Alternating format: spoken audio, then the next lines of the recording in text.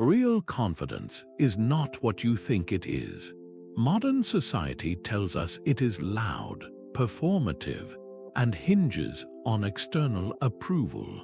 But this is a fragile and exhausting imitation. The ancient Stoics understood something far more profound and enduring. Marcus Aurelius wrote that our inner power is a citadel that cannot be shaken unless we surrender it ourselves. This video is your guide to recognizing and cultivating that unshakable, quiet confidence. You will learn to decode the subtle signals of assurance that others notice instantly, signals rooted in presence, resilience, and virtue. Why do the calmest people in the room often command the most respect? And how can a philosophy from 2,000 years ago make you more socially poised today? By the end, you will possess a new lens for understanding confidence, one that transforms how you carry yourself in every interaction. What does true inner strength look like to you? The Stoics believed the first signal of confidence isn't what you show, but what you know you can rely on within yourself. They called this your inner citadel, a fortress of character built on virtues you choose to cultivate. This foundation is unshakable because it is built entirely on what is within your control, your own judgments, values, and actions. Everything else, from other people's opinions to the final outcome of your efforts, lies outside those walls. The philosopher Epictetus put it plainly when he said that our true good lies in how we choose to act, not in what happens to us. This is the core of the Stoic dichotomy of control. When your sense of worth is tied to your character and your efforts, and not to the prizes you win, you become immune to the daily turbulence of fortune. Think about someone walking into a high-stakes job interview. They have prepared thoroughly, they know their material, and they present themselves with clarity and respect. Their confidence comes from the knowledge that they have done everything within their power. Whether they get the offer or not is a separate matter, one they cannot command. Their calm assurance isn't faked. It's the natural result of focusing on their own performance, not the panel's final decision. This inner citadel isn't built in a day. It is constructed brick by brick through a simple but powerful daily practice. Where in your own life do you find yourself anxiously seeking external validation? Is it in your social life, your career, or your creative pursuits? Now, consider how you can shift that focus. Instead of worrying about the outcome, ask yourself what virtue you can demonstrate in the process. Can you be more diligent in your preparation? Can you act with more integrity or courage? This subtle pivot of attention is how you begin fortifying your own inner strength. Have you ever noticed the most confident person in the room is often the one who speaks the least? They are not vying for attention or rushing to fill every silence. Instead, they possess a quiet presence that draws people in. This is not a passive state, but an active and deeply rooted form of assurance. While performative confidence shouts to be heard, Stoic confidence listens. It understands that true influence comes from understanding, not from dominating the conversation. The Roman philosopher Seneca wrote that one of the most beautiful qualities of a wise mind is to be able to observe without immediately judging, and to listen without the urgent need to reply. A tranquil mind, he suggested, is not disturbed by the pressure to perform. It finds strength in its own stillness. This practice of full presence eliminates the social anxiety that comes from worrying about what you will say next. When you are truly listening, you are not in your own head crafting a clever response. You are completely engaged with the other person, and that focused attention is a powerful, silent signal of your confidence. Picture a tense team meeting where ideas are clashing. Everyone is talking, but no one seems to be heard. Then the person who has been quietly taking everything in speaks. They do not present a brand new idea. Instead, they synthesize the best points from the conversation, acknowledging each contribution and framing a path forward. Their calm intervention does not come from a place of needing credit, but from a genuine desire to find a solution. This is the power of quiet presence in action. It builds trust and commands respect without ever raising its voice. For your next conversation, I invite you to try a simple but profound exercise. Can you focus entirely on understanding the other person without secretly planning your response? Let their words land fully. Notice the shift within yourself, the calm that emerges when you release the performance. This is how you start to build a presence that speaks volumes, even in silence. A confident person doesn't waste energy fighting reality. They work with it. This graceful acceptance of what you cannot change is one of the most subtle and powerful signals of inner security. The Stoics had a profound term for this, amor fati, which means a love of one's fate. This is not about passive resignation or giving up. It is about an intelligent and clear-eyed focus on what you can actually influence, freeing you from the frustration of struggling against the immovable.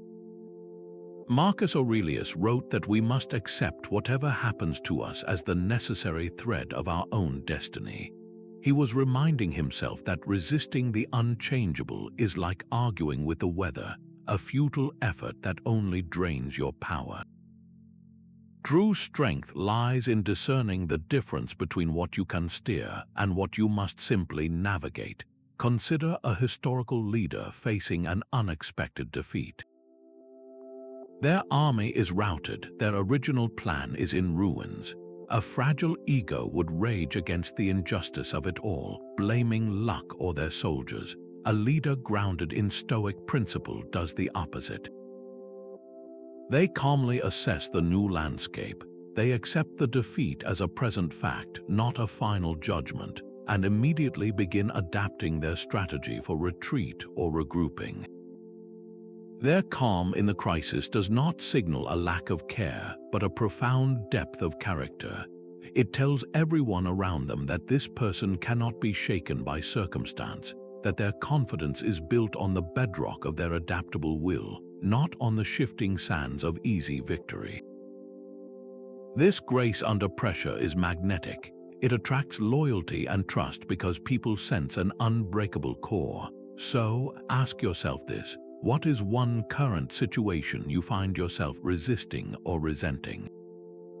Perhaps it is a project delay you did not cause, or a personality clash you cannot resolve. Now, consider how your approach would transform if you chose to embrace this circumstance, not as a desired outcome, but as the very raw material you have been given to work with. How would your energy shift if you stopped fighting the reality of the delay and instead focused on what you can accomplish with the extra time? This is the quiet power of amor fati in action, turning obstacles into fuel and projecting a confidence that remains steady, no matter what the world brings. We've all seen someone lose their cool, but the truly confident person responds. They don't just react. That immediate, heated outburst you sometimes witness, or perhaps feel within yourself, is rarely a sign of strength. It is more often a signal of insecurity, a sign that someone's internal stability is easily shaken by external events. In contrast, a measured response radiates control and a deep, unshakable confidence. This ability stems directly from a core Stoic practice known as the discipline of assent. It is the art of creating and using the tiny, powerful gap between what happens to you and how you choose to respond. The Stoics believed that we are not disturbed by events themselves, but by the judgments we form about those events. As Epictetus put it, we are disturbed not by things, but by the views which we take of them. An event is just an event. It is our rapid, often unconscious judgment that labels it as a catastrophe, an insult, or an injustice, and that judgment is what triggers the emotional storm. The disciplined person learns to intercept that initial impression. They pause, examine the judgment, and then decide with clarity whether it is rational and helpful to assent to it. This is the source of true social poise. Imagine you receive a harshly worded email from a colleague criticizing a project you've worked on for months. The first impression, the initial judgment, might scream, "This is an attack. I am being disrespected. My work is unappreciated." A reactive person, governed by that unchallenged judgment, might fire back an angry reply, escalate the conflict, or seethe with resentment for the rest of the day. Their reaction reveals that their sense of worth is tied directly to that external criticism. A person practicing the Stoic pause would take a breath. They would notice the initial flare of anger and the judgment driving it. Then they would question it. Is this truly a personal attack, or is my colleague simply stressed and communicating poorly? Is there any useful data in this criticism, even if it's poorly packaged? From this place of inquiry, the response is entirely different. They might reply, "Thank you for your feedback.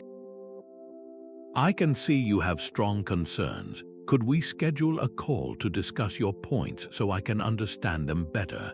This response, born from a conscious choice rather than a raw reaction, de-escalates the situation and projects a calm authority. It demonstrates that your inner citadel cannot be breached by a few harsh words. The next time you feel a strong negative emotion surge, whether it's anger, jealousy, or anxiety, can you pause and ask yourself one simple question? What is the specific judgment I am making about this situation that is causing me to feel this way? Just that moment of inquiry, that brief hesitation, is where your power lies. It is the training ground for a confidence that remains composed, not because it doesn't feel, but because it chooses how to act on those feelings. What if everything you've been taught about the sources of confidence is wrong?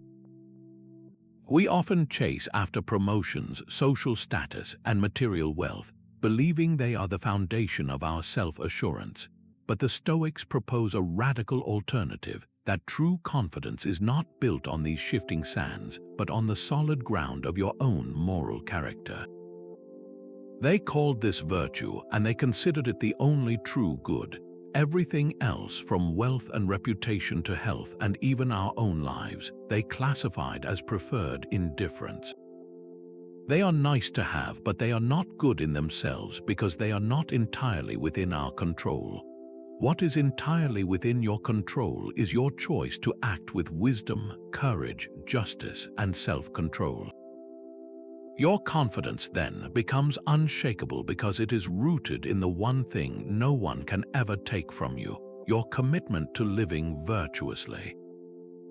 Seneca captured this perfectly when he wrote that a good character is the only possession that is truly ours. Think of an honest business owner who watches a competitor cut corners, use deceptive marketing, and temporarily pull ahead in profits. The fragile confidence built on winning would crumble here, but the business owner whose confidence is built on virtue remains steady. Their sense of worth comes from knowing they acted with integrity, that they treated their customers and employees justly. They may prefer to succeed financially, but their core confidence is not damaged by the competitor's temporary gain, because their self-worth was never tied to that outcome in the first place. They are playing a different game entirely, one where the final score is not measured in dollars, but in the quality of their own character.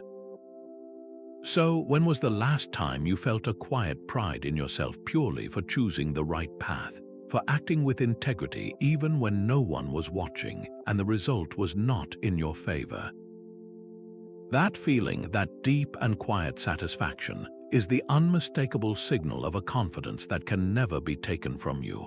Why do people feel so drawn to genuinely curious individuals? It is because that curiosity is a rare and powerful signal. It broadcasts a quiet self-assurance that does not need to constantly prove itself. When your own sense of worth is secure, anchored in your inner citadel, a remarkable shift occurs. Your attention is no longer consumed by managing your own image or worrying about what others think of you. That mental energy is freed up, and you can direct it outward with sincere interest in the people around you. This is a profound social advantage born directly from Stoic confidence. The Stoics viewed humanity as a single community, a shared project. Marcus Aurelius frequently reminded himself that we are made for cooperation, like hands and feet, and that to work against each other is contrary to nature. He saw it as a duty to act for the common welfare. When you internalize this view, your interactions transform. You are no longer a solitary actor on a stage, anxiously performing for a critical audience. You are a fellow human engaging with another, and that perspective dramatically reduces self-consciousness. It allows you to see the person in front of you not as a judge, but as a partner in a brief, shared moment.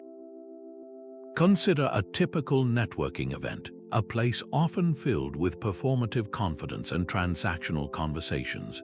Everyone is exchanging elevator pitches, but few are truly connecting. Then you meet one person who stands out. They do not talk about their own accomplishments first. Instead, they ask you a thoughtful question about a challenge you mentioned. They listen to your answer, their focus entirely on you, and then they follow up with another question that shows they were truly processing what you said. They are not scanning the room over your shoulder for a more important contact. In that moment, you feel heard and valued. That person, by expressing genuine curiosity, becomes the most memorable individual in the room, not because they were the loudest, but because they made you feel significant. Their confidence was evident in their lack of self-focus, so take a moment to reflect on your own interactions. In your conversations, is your mental focus mostly on yourself, on crafting the perfect thing to say, or is it on understanding the other person? The next time you speak with someone, try an experiment. Make it your sole goal to learn one new, genuine thing about them. Notice how this simple shift of intention changes the dynamic, easing your own social anxiety and building a bridge of authentic connection that mere self-promotion could never achieve. Indecisiveness often stems from fear. Confident decisions come from a place of calm judgment.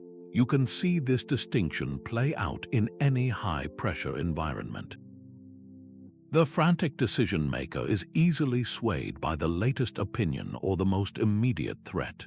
Their choices are reactions dictated by the chaos around them. In stark contrast, the Stoic-minded individual operates from a different center of gravity. Their decisions are not sudden eruptions, but the final product of a quiet, internal process.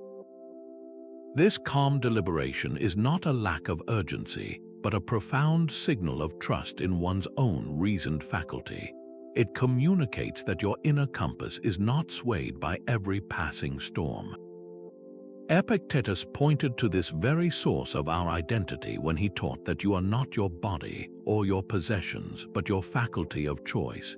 It is your actions and decisions, guided by reason, that truly define who you are. This Stoic practice begins with examining your initial impressions, just as we discussed with emotional reactions. Before any significant choice, you pause to separate the raw event from your judgment about it. Is this truly a crisis, or does it just feel like one? What would a wise and courageous response look like here?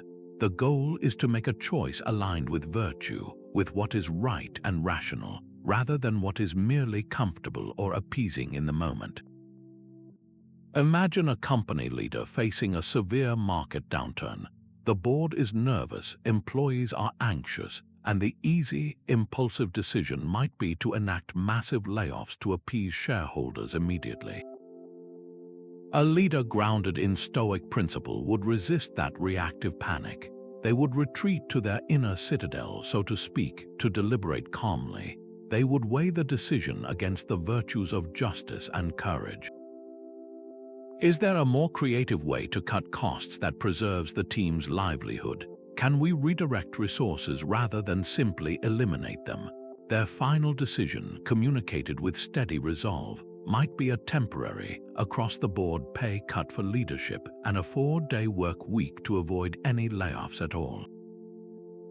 This choice, born from reason and a commitment to the long-term health of the entire community, projects an authority that frantic cost-cutting never could. It shows that their confidence is rooted in principles, not panic. So, bring this to your own life. What is one decision you are putting off due to fear? Perhaps it is a difficult conversation, a career change, or a financial commitment. Now, reframe it through this Stoic lens.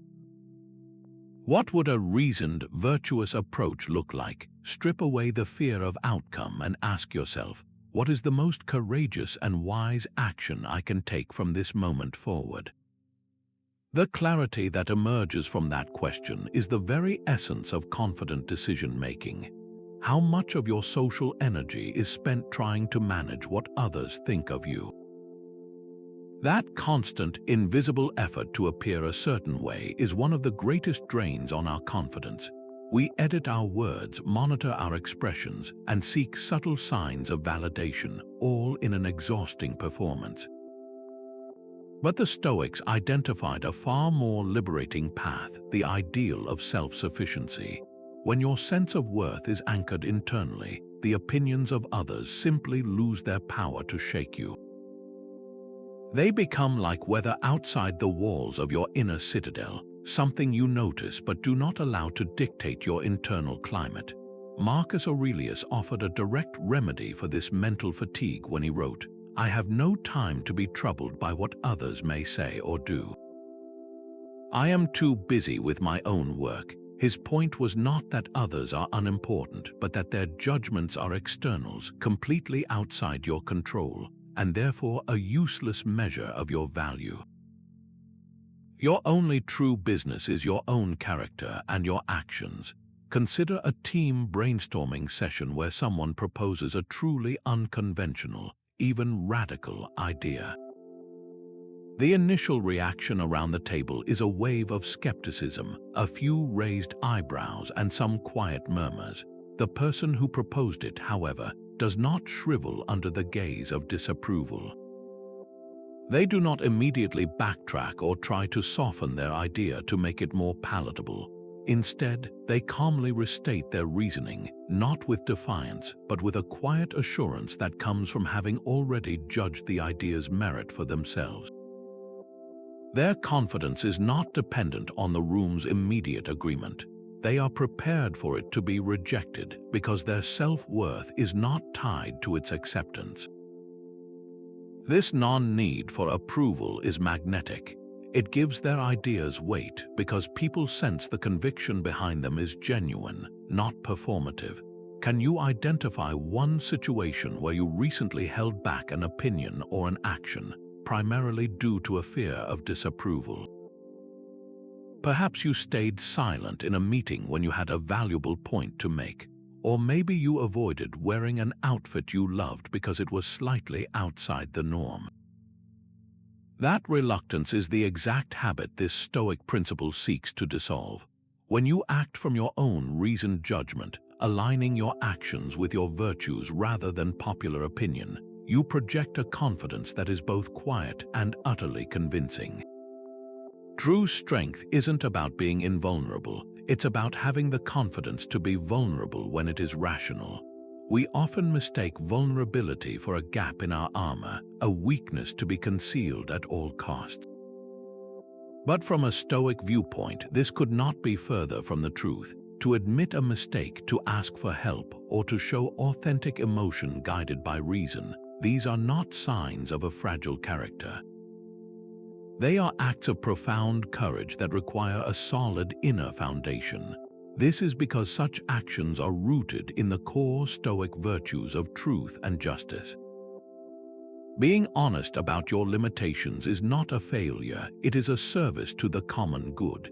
It prevents others from relying on a false premise, and it allows for collective progress. It is a just act that honors the shared pursuit of wisdom over the hollow preservation of one's image.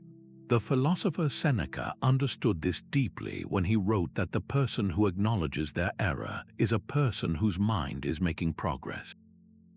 This is the heart of it. Acknowledging a fault is proof that your commitment to truth is stronger than your attachment to appearing flawless. It is a signal that your inner citadel is secure enough to withstand the temporary discomfort of being wrong. Imagine a project manager who made a significant miscalculation in the project timeline, a mistake that is now causing stress for the entire team. The manager, governed by performative confidence, might try to hide the error, blame shifting circumstances, or pressure the team to compensate for the unacknowledged problem. This approach breeds resentment and distrust. The Stoic-minded manager, however, calls a team meeting.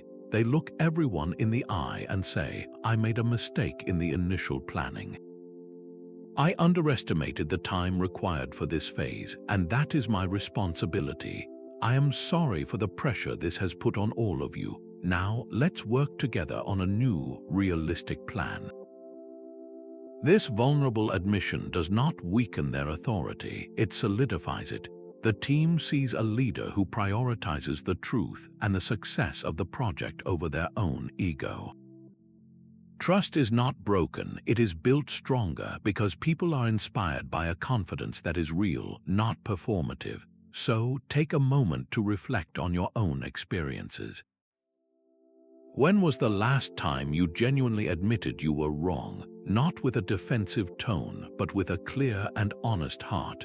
How did that moment of courageous vulnerability affect your own sense of self, and how did it change the dynamic of your relationships?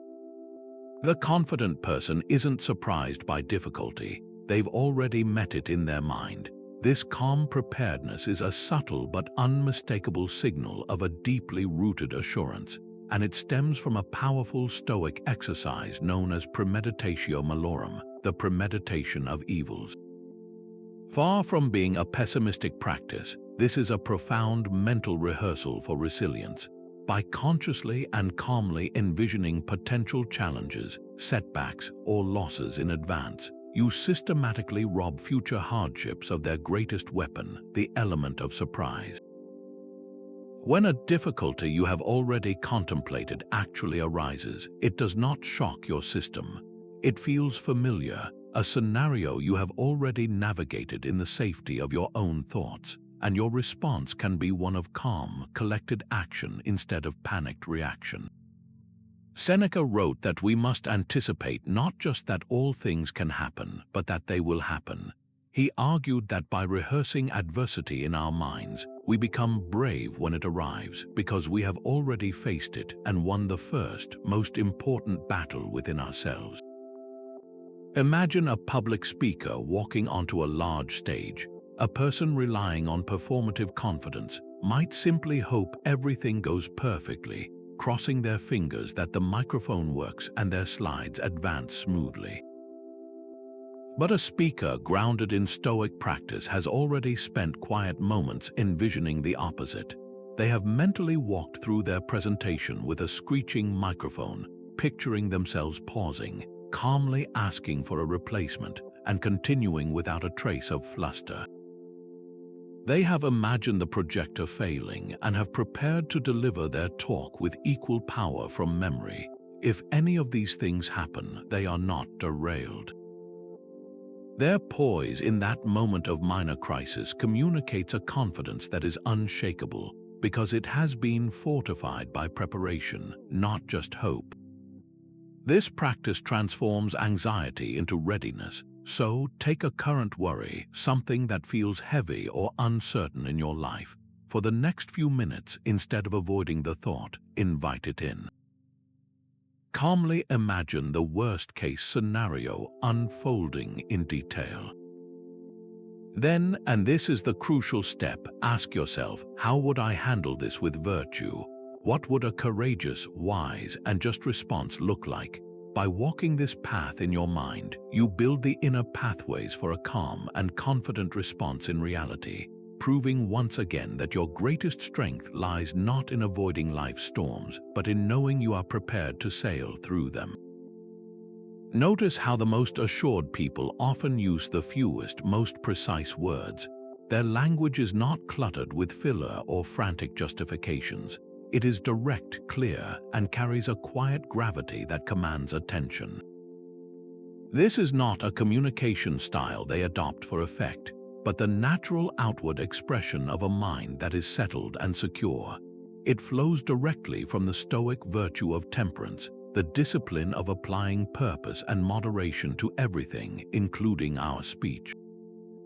When your inner world is not in turmoil, there is no need to fill the air with noise. The ancient founders of Stoicism placed immense importance on this practice. Zeno, the very first Stoic, taught that we have 2 ears and 1 mouth so that we can listen more and speak less. His successor, Epictetus, took this further, offering a stark warning. He said that you should mostly be silent, speaking only when necessary, and doing so with few words. The goal is to guard your speech, treating your words as a precious resource not to be wasted on trivial complaints, gossip, or anxious chatter. All that unnecessary talk often springs from a deep-seated insecurity, a need to prove our worth or to control how others perceive us. When that internal validation is already present, the compulsion to perform with words simply vanishes. Consider a heated debate where 2 sides are entrenched. One person delivers a long, emotionally charged monologue, repeating points and attacking the other's character. The room grows restless. Then the other person responds. They do not match the volume or the length. They pause and then offers a single, well-reasoned sentence that cuts directly to the heart of the logical flaw in their opponent's argument. The room falls silent. That one concise point, delivered with calm precision, carries more persuasive power than the entire emotional tirade that preceded it. It demonstrates a mind that is not reacting but responding from a place of clarity and control. This is the eloquence of conciseness in action. It reveals a person who thinks before they speak and whose words are chosen with intention. For your very next conversation, I invite you to try a simple but transformative exercise. Can you aim to make your point in half the words you would normally use? Notice the mental discipline this requires, the need to distill your thoughts to their purest essence. In that space of deliberate silence, you will find not a loss of influence, but its true beginning. Why are we naturally drawn to people who remain calm under pressure?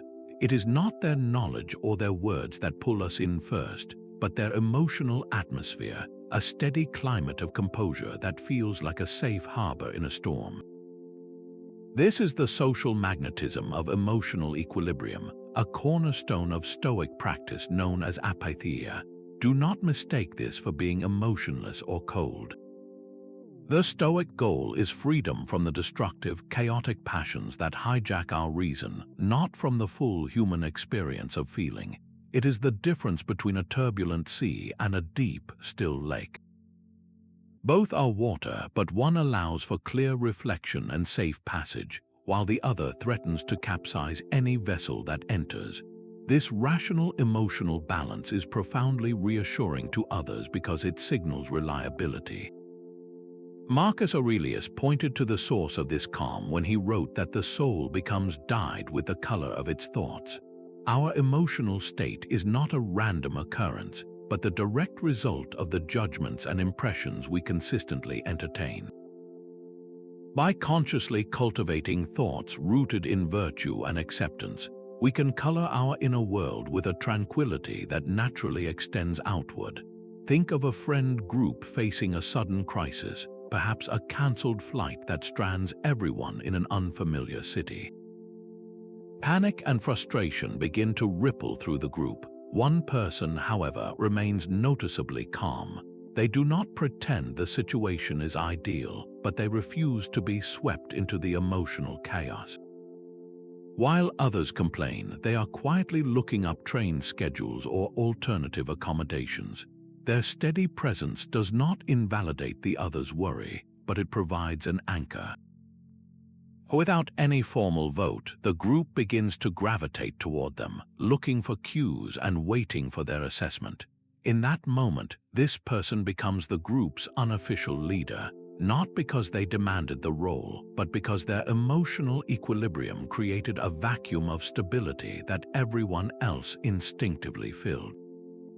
Their confidence is silent, communicated not through what they say, but through the unwavering calm they maintain. So, take a moment for a quick, honest assessment.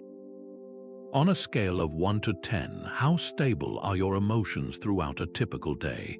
Do they spike and crash with every piece of news, every minor inconvenience, or every perceived slight? Now go one step further. What one thought habit, if you cultivated it, could increase that number by even a single point? Perhaps it is the habit of pausing to question your initial judgment when you feel anger rising. Or maybe it is the simple practice of mentally affirming that your peace is not for sale to every passing circumstance.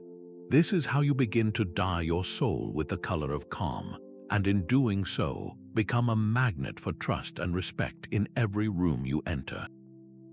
A confident person doesn't magnify minor troubles because they see them in their proper, small size. This ability to zoom out is a profound Stoic exercise known as the view from above.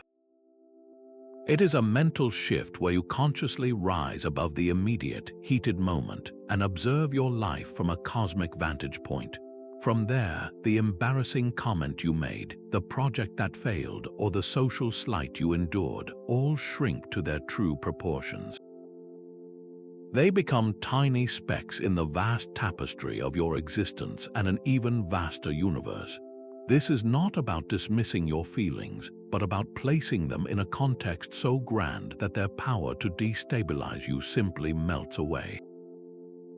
Marcus Aurelius was a master of this practice. In his private writings, he constantly reminded himself to look at the heavens and see how brief a guest he was in the immense span of time. He would contemplate the endless cycles of creation and destruction, the billions of lives lived and forgotten, and in doing so, his own anxieties about reputation or minor setbacks would lose their grip. His worry was not that his problems were unimportant, but that he was granting them an importance they could never truly hold. Imagine you are at a social gathering and you accidentally spill a drink. The immediate rush of heat to your face, the feeling that every eye is on you, it can feel absolutely crushing in that moment. A person trapped in that narrow perspective might replay the incident for days, convinced they have become the talk of the party. But someone who practices the view from above would, perhaps later that evening, take a mental step back. They would see the room from the ceiling, then from the sky, then from the edge of the solar system. That spilled drink, that moment of social friction, becomes a microscopic event in a single night, in one life, on one planet among countless others. Its emotional weight evaporates because its true scale has been revealed. This perspective is a direct antidote to the ego, which insists that every stumble is a catastrophe. So take that current worry gnawing at the edge of your mind, hold it in your thoughts and ask yourself a simple, grounding series of questions. How will this particular concern seem to me 1 month from now? Will it even be a memory? How about in 1 year, and in 10 years, looking back on the entire decade of your life? What size will this problem truly be? The answer you find is the quiet, unshakable confidence that comes from knowing you are part of something infinitely larger. The most knowledgeable people are often the quickest to admit what they don't know. This seems counterintuitive in a world that prizes having all the answers, but that very need to appear all-knowing is a subtle signal of deep insecurity. It is a performance, a shield against the perceived shame of ignorance. True confidence, the Stoic kind, has the strength to be intellectually humble. It recognizes that wisdom is not a destination where you know everything, but a continuous journey that requires an honest acknowledgement of your own boundaries. The Stoic value of wisdom explicitly includes understanding the limits of your knowledge. Pretending to know everything is an act of fear, a frantic attempt to control how others perceive you. Saying "I don't know," on the other hand, is an act of courage and integrity. It aligns you with the virtue of truth and opens the door to genuine learning and growth. This idea was championed by Socrates, whose teachings profoundly shaped Stoicism. He famously stated that true wisdom is in knowing you know nothing. This isn't a celebration of ignorance, but a profound recognition that the vastness of what we do not know will always dwarf what we do. Embracing this reality is the starting point for all genuine understanding. Imagine a high-level strategy meeting. The CEO turns to a department head and asks for a specific projection. A manager governed by performative confidence might feel pressured to invent a number on the spot, to bluff their way through with vague assurances. But a leader grounded in Stoic principle meets the question with calm clarity. They might say, "I don't have that data at my fingertips, and it's too important to guess. I will have the answer for you by the end of the day." This response does not weaken their authority, it solidifies it. It communicates that their confidence is rooted in a commitment to accuracy and truth, not in the fragile illusion of omniscience. It builds immense trust because it proves they value substance over show. The next time you feel that internal pressure to bluff, to fill a silence with an unsubstantiated claim, try a different approach. Simply say, "I'm not sure." Notice the initial pang of vulnerability, and then the surprising sense of liberation that follows. You have just traded the heavy burden of pretense for the light and powerful mantle of honesty. Why does someone living a simple, uncluttered life often seem so self-assured? Their confidence doesn't shout from a luxury car or a designer label. Instead, it whispers from a profound inner freedom, a liberation from the endless chase for more. This quiet dignity is a classic Stoic ideal, a direct signal that a person's worth is measured by their character, not their acquisitions. The relentless pursuit of extravagance is often a frantic attempt to fill an internal void with external things. But the Stoic sage, as they envisioned, has already filled that space with virtue. Their sense of completeness comes from within, making the frantic search for status symbols utterly unnecessary. Seneca was particularly sharp in his critique of luxury, seeing it not as a prize but as a prison. He wrote that it is not the man who has too little, but the man who craves more that is poor. True wealth, he argued, lies in wanting less, in the freedom that comes from needing very little. This isn't about poverty for its own sake, but about the rich inner life that flourishes when you are no longer a slave to your desires.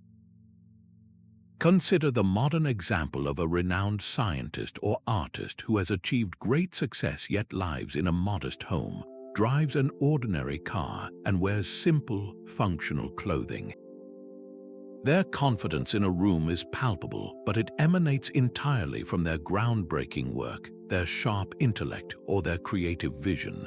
You respect them for what they have done and who they are, not for what they own. Their lack of interest in material display tells you something powerful, that their validation is sourced internally from their passion and their principles. This self-sufficiency makes them immune to the shifting winds of fashion and status. So, take a moment for a quiet audit of your own desires. What is one material possession or lifestyle upgrade you are currently chasing? Now project your thoughts forward. How would your daily life and your fundamental sense of self be different if you felt you genuinely did not need that thing?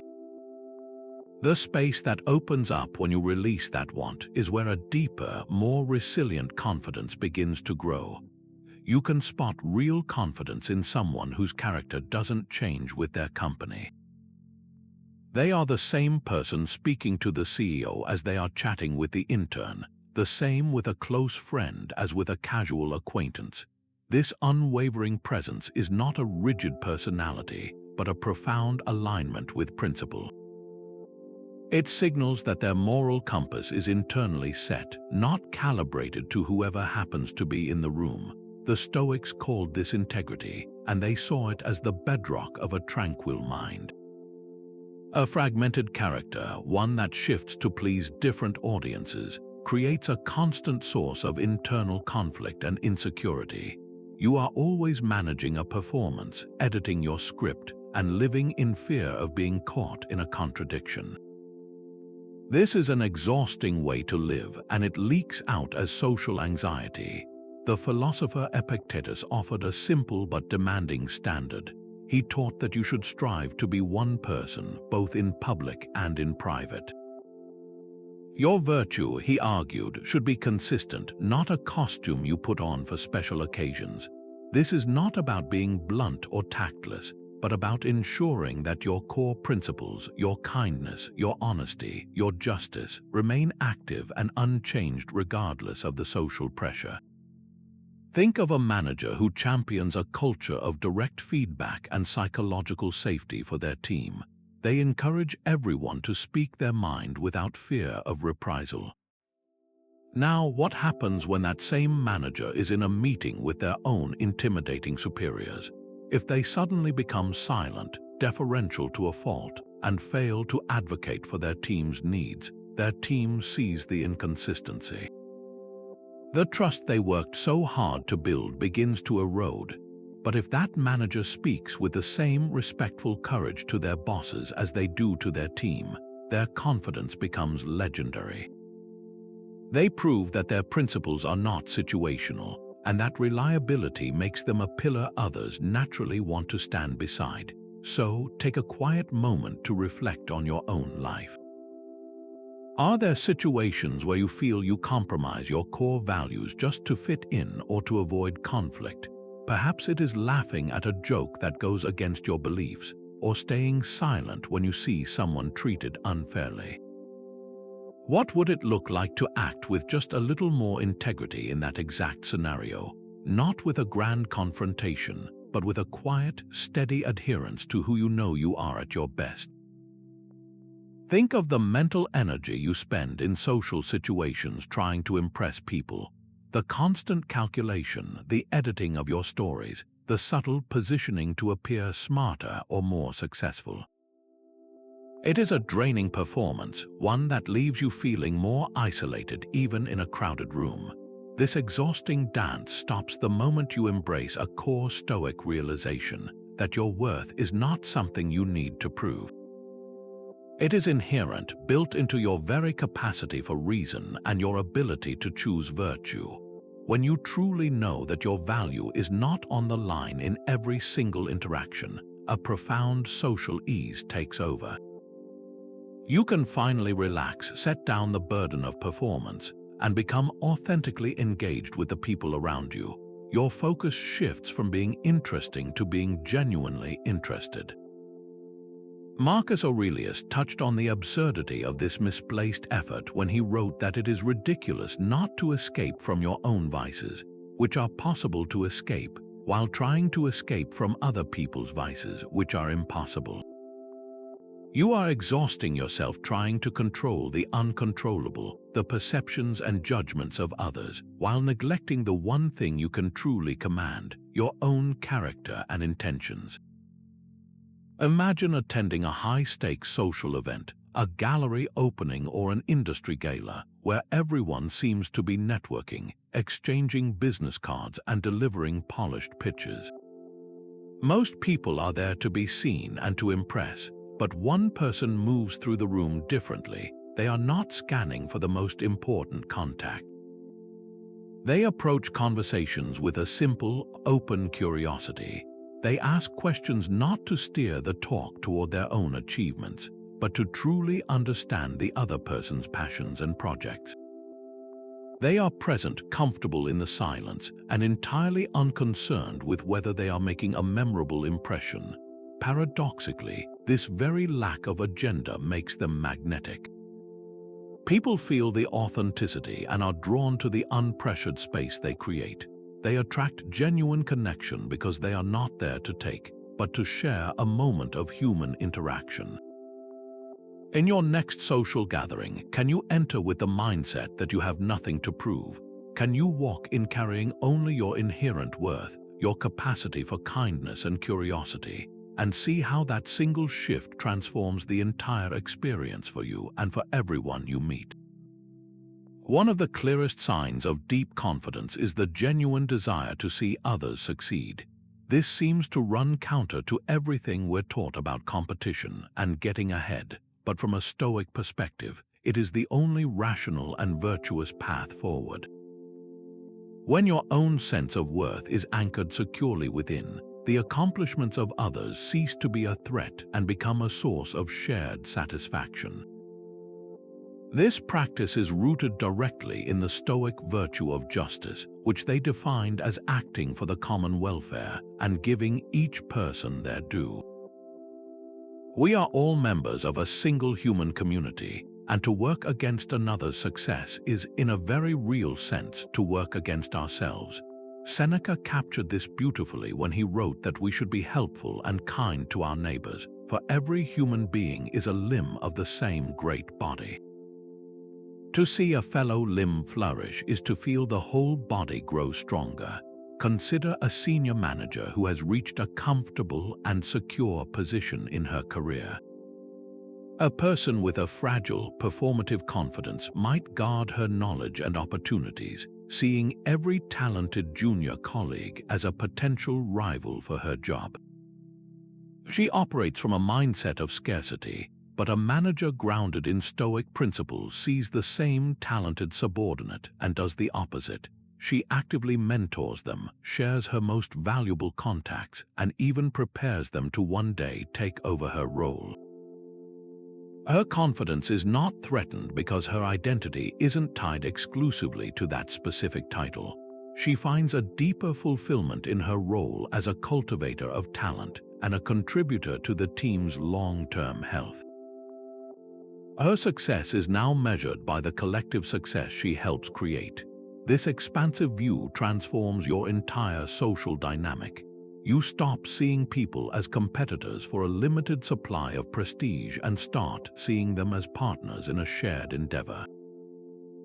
Your confidence is demonstrated not by how high you climb, but by how many people you bring up with you.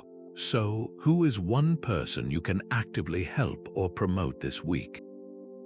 It doesn't have to be a grand gesture. It could be recommending a colleague for a project, publicly crediting someone for their idea, or simply offering guidance to someone who is struggling. Pay close attention to how this act of elevating another affects your own sense of security. You may find that the act of giving away credit does not diminish your own light, but somehow makes it burn all the more brightly. Impatience is a form of resistance to reality. Patience is a form of confident cooperation with it. When you tap your foot waiting for a slow computer or feel your temperature rise in a traffic jam, that agitation is more than just annoyance. It is a quiet rebellion against the way things are in this very moment, a signal that your inner peace is conditional on external events unfolding exactly as you prefer. The Stoics reframed patience not as passive waiting, but as an active endurance, a conscious exercise of your will to accept the natural timing of things. This is a profound display of confidence because it demonstrates your mastery over your own reactions, proving that your stability is not for sale to a delayed train or a sluggish colleague. Epictetus, who himself lived a life of immense hardship, taught that patience is inseparable from courage. He said that courage isn't the absence of fear, but the judgment that something else is more important than fear. In the same way, patience isn't the absence of frustration, but the judgment that maintaining your inner calm is more important than getting your way right now. It is the courage to endure discomfort without surrendering your composure. Think about standing in an unexpectedly long line at the grocery store. One person sighs loudly, checks their phone every 10 seconds, and radiates tension that makes everyone around them uneasy. Their impatience broadcasts a lack of inner control. Another person in the same line simply stands with a quiet posture. They might observe the people around them or use the moment to gather their thoughts, their face composed. They are not enjoying the wait, but they are not fighting it either. Their calm acceptance is a silent signal of a mind that is not easily thrown off balance, a confidence that does not require the world to move at its command. This quiet command of patience is noticed. It builds an aura of reliability and strength. So, bring this to your own life. What is a situation that typically makes you impatient? Is it waiting for a reply to an important message, or dealing with a process that seems unnecessarily slow? Now, consider the shift. What would change if you viewed that forced pause not as stolen time, but as a gift of moments to practice calmness? In that space, you are not just waiting, you are building the unshakable foundation of your character. How would your confidence change if you knew, without a doubt, what you were here to do? This is the final and perhaps most profound signal of Stoic assurance, the deep calm that comes from a clearly defined purpose. The Stoics believed that every person has a unique role to play in the grand design of the cosmos, a personal daemon or guiding spirit. Your highest purpose is not to find this role, but to fulfill it with excellence and virtue according to your own nature. When you are aligned with this purpose, your path forward is no longer a source of anxiety, but a series of clear, deliberate steps. Your inner compass is set, and it guides you unerringly through life's noise and chaos. Marcus Aurelius put it plainly when he wrote, "You have functioned as a part of something. You will vanish into what produced you." Or rather, you will be taken back into its generative reason by the process of change. His point was that we are all here to perform a specific function, and to do that work well is the entire point. To live according to your nature, to act with reason and for the common good, is to live with purpose. This is the source of a confidence that cannot be shaken by external failure or success, because the goal was never the outcome, but the quality of your effort. Consider someone who walked away from a high-paying corporate career that felt empty and misaligned. They now run a small, community-focused workshop, earning far less but feeling a profound sense of rightness in their days. Their confidence no longer comes from their job title or their salary. It radiates from the quiet certainty that they are finally doing the work they were meant to do. They are fulfilling their role. Their decisions are simpler, not because life is easier, but because every choice is filtered through a single question: does this serve my core purpose? That clarity is unmistakable to everyone they meet. If you were to define your core purpose in one sentence, what would it be? Not your job description, but the essential thread of virtue you wish to weave through your life. Perhaps it is to create beauty, to foster understanding, to protect the vulnerable, or to build something that lasts. And then, with that sentence in mind, how can you align just one single action today with that purpose? This is how you begin to build the ultimate confidence, the kind that knows exactly where it is going and finds joy in every step of the journey. People who are truly comfortable in their own skin are never bored when they are alone. This quiet contentment is a subtle but powerful signal of a confidence that needs no audience. It proves that your sense of worth and your capacity for engagement are generated from within, not borrowed from the people around you. This is the Stoic practice of enjoying your own company, a direct expression of that inner citadel we've been building. When your inner world is rich with reflection, purpose, and resource, the constant need for external stimulation and validation simply falls away. Your own mind becomes a fascinating place to inhabit. Seneca saw this as a mark of the highest self-possession. He observed that the person who has learned to be alone is never less alone than when alone. He meant that when you are at peace with yourself, your own company is the best company. You are in dialogue with your own reasoned thoughts, your virtues, and your purpose, which is a far more substantial conversation than any trivial chatter. Imagine someone who deliberately schedules a full weekend for themselves completely alone. They are not scrolling through social media, passively consuming entertainment, or feeling a pang of loneliness. Instead, they might spend hours reading a challenging book, taking long walks without any destination, working on a personal project that has no deadline, or simply sitting in quiet reflection. They are not hiding from the world but replenishing themselves within it. When they emerge from that weekend, they do not seem drained or isolated. They carry a centered calm, a quiet assurance that is palpable to others. They have proven to themselves that they are a complete system, capable of generating their own meaning and momentum. So, take a moment for a gentle self-assessment.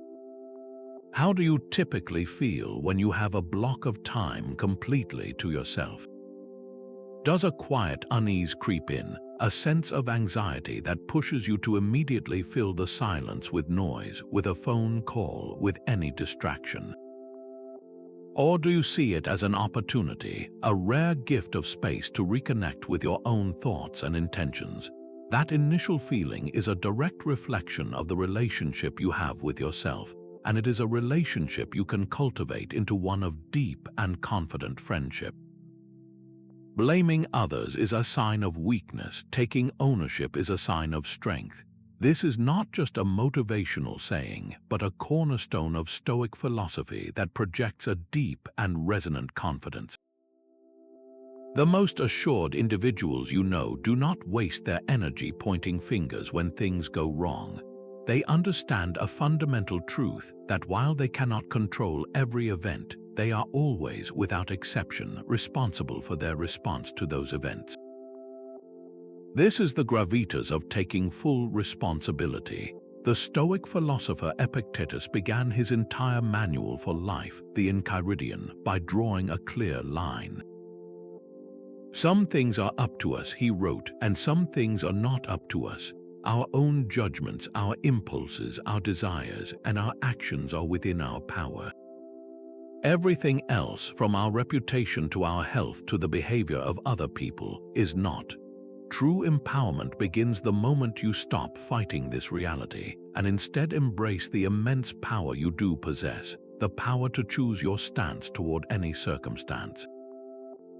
Imagine a project leader presenting the results of a failed initiative to upper management. The easy, common path would be to outline all the external factors, the market shift no one predicted, the key team member who left unexpectedly, the vendor who delivered materials late. A leader operating from fragile confidence might take this route, hoping to deflect blame, but a leader grounded in Stoic principle does the opposite. They stand before the room and state clearly, the outcome of this project was my responsibility. While external factors played a role, my judgment in how we adapted was final. I own this result. In that moment, they are not admitting defeat. They are demonstrating a command of the one thing they truly control, their own integrity and accountability. This act builds immense and lasting respect because it reveals a character that cannot be broken by failure. It shows everyone that this person's confidence is built on the unshakable foundation of their own honesty. So, take a quiet moment for a personal audit. Identify one area of your life where you tend to blame circumstances or other people. Is it a strained relationship you attribute entirely to the other person's faults? Is it a career plateau you explain away by a lack of opportunity? Now, reframe it with this Stoic lens. How can you shift the focus entirely onto your own response? What aspect of this situation, however small, is truly up to you? The simple act of asking this question reclaims your power and begins to build a confidence that is both quiet and undeniable. Have you noticed how confident people often seem to know exactly what a situation needs? This social insight is not a magical talent, but a refined skill of perception, deeply aligned with the Stoic practice of prosoph, or mindful attention. It is the art of reading the room with clarity, not to please everyone, but to understand the emotional landscape so you can navigate it with wisdom and compassion. This is the opposite of being reactive. It is about being so fully present that you can accurately perceive the unspoken needs and currents within a group, allowing you to interact not from your own anxiety, but from a place of genuine connection. Marcus Aurelius constantly reminded himself of this duty, writing that we must pay rigorous attention to the nature of all things, and especially to the character of people we meet. He was training himself to see the world as it truly is, not as he wished it to be, and that includes the complex reality of human social dynamics. Imagine a tense family dinner where a political disagreement is simmering just beneath the surface. A person focused on their own performance might dive headfirst into the debate, trying to win the argument and in the process, escalating the tension. Someone practicing this Stoic attention would do the opposite. They would listen not just to the words but to the tone, the body language, the subtle cues of discomfort around the table. They might then gently interject, not with a counter-argument, but by asking a question about a shared positive memory, or by highlighting a point of agreement everyone can unite around. They are not avoiding the conflict, but wisely steering the group's energy away from a destructive path. Their action is a quiet signal of confidence because it shows their focus is on the well-being of the whole, not on proving their own point. In your next group interaction, can you practice simply observing the emotional tones and unspoken needs before you speak? Just for a few minutes, let your primary goal be to see the social reality as it is, without any immediate agenda to change it. You might be surprised by the clarity and calm that this simple act of Stoic attention brings to your own presence. Ultimately, the subtle signals of confidence all point back to one thing: a mind trained in philosophy. This is not the dry, academic study of old texts, but a living, breathing system for navigating the world with unshakable poise. Stoicism offers a complete operating system for the mind, one that builds resilience not by avoiding hardship, but by teaching you how to process it with grace and strength. When you learn to question your initial impressions, to focus your energy solely on your own virtue, and to accept the unfolding of events with clear-eyed courage, you construct a foundation that no external circumstance can truly damage. This is the source of that enduring confidence you see in people who remain steady through life's inevitable ups and downs. Seneca captured the transformative power of this journey perfectly when he wrote that philosophy molds and builds the soul. It gives order to life and guides action. It shows us what we must do and what we must leave undone. It sits at the helm and steers our course as we waver in the face of uncertainty. Think of the cumulative effect of every practice we have explored. The daily reinforcement of your inner citadel, the calm space you create between an event and your response, the quiet dignity of needing less, the power of a clear purpose. These are not isolated tricks, they are interlocking disciplines that, practiced together, forge a character of profound assurance. You become like a seasoned captain who has studied the sea for years. You may not control the storm, but you have an unshakable trust in your ship and your ability to sail it. So, as we bring this exploration to a close, take this final question with you. Which single Stoic practice from this video could you commit to for the next month to fundamentally strengthen your inner confidence? Will it be the daily premeditation of challenges, the disciplined pause before you react, or the conscious effort to act with unwavering integrity? Your choice is the first brick in a foundation that will last a lifetime. True confidence is the quiet understanding that you are the sole guardian of your inner citadel. It is not a performance for the world, but a private agreement you make with your own character. Throughout this journey, we have uncovered the subtle signals of this Stoic assurance, a confidence built not on applause but on presence. It is the strength to listen fully, the grace to accept what you cannot change, the courage to take full ownership of your responses, and the profound calm that comes from a clearly defined purpose. This inner architecture transforms how you move through the world, making you a source of stability rather than a seeker of validation. The philosopher Epictetus offered the ultimate key to this freedom when he wrote, "Happiness and freedom begin with a clear understanding of one principle: some things are within our control and some things are not."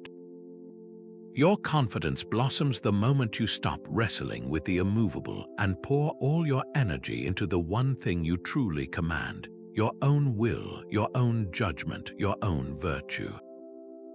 So, as you move forward from this moment, ask yourself this one simple question: which single subtle signal will I begin to cultivate today? Will it be the quiet patience in a long line, the concise power of your next sentence, or the simple courage to admit I don't know? Your journey toward unshakable confidence is built one conscious choice at a time. We would love to hear about your experiences in the comments below. Which Stoic practice has made the most significant difference in your own life? If you found this guide valuable, subscribe for more ways to apply timeless wisdom to your modern world. Your inner citadel